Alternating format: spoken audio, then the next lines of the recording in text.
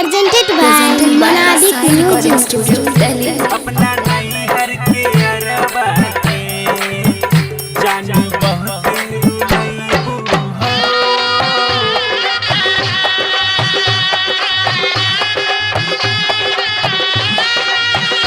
अपना नहीं हर के अरबा के जानी बहुत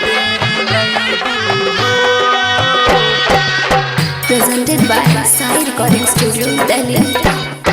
सज धज के हो गोरी अपना पिया घर जइबू हो। सज धज के हो गोरी तू त पिया घर जइबू हो। अपना नैहर के अरबा के जान बहुते रुलइबू हो। अपना नैहर के अरबा के जान बहुते रुलइबू हो। अपना नैहर के अरबा के जान बहुते रुलइबू हो। Sumit Satish. अपना नैहर के अरबा के जान बहुते तू तो खुश हो जइबू जाके ससुरारी। हम तो बन के पगला झकब तोहरे दुआरी। तू तो खुश हो जइबू जाके ससुरारी। हम तो बन के पगला झकब तोहरे दुआरी। तोरी सारा सपना हमार अपना दुनिया बसइबू हो। तोरी सारा सपना हमार अपना दुनिया बसइबू हो। अपना नैहर के लभर के जानी बोला का तू कहबू हो। अपना नैहर के अरबा के जानी बहुते रुलइबू हो। अपना नैहर के अरबा के जानी बहुते रुलइबू हो।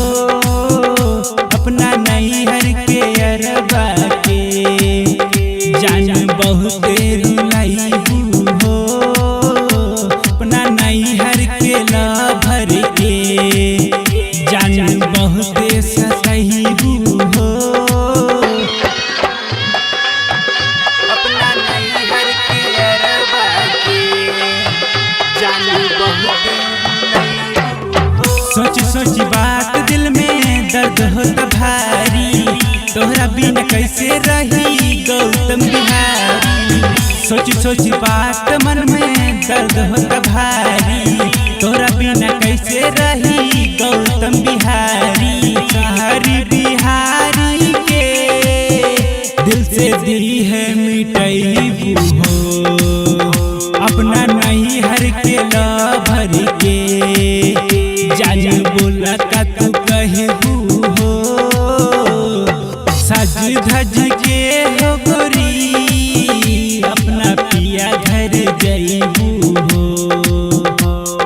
सज धज के हो गोरी तू त पिया घर जइबू हो।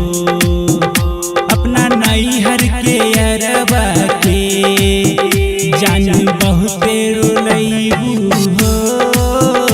अपना नैहर के अरबा के जान बहुते रुलइबू हो।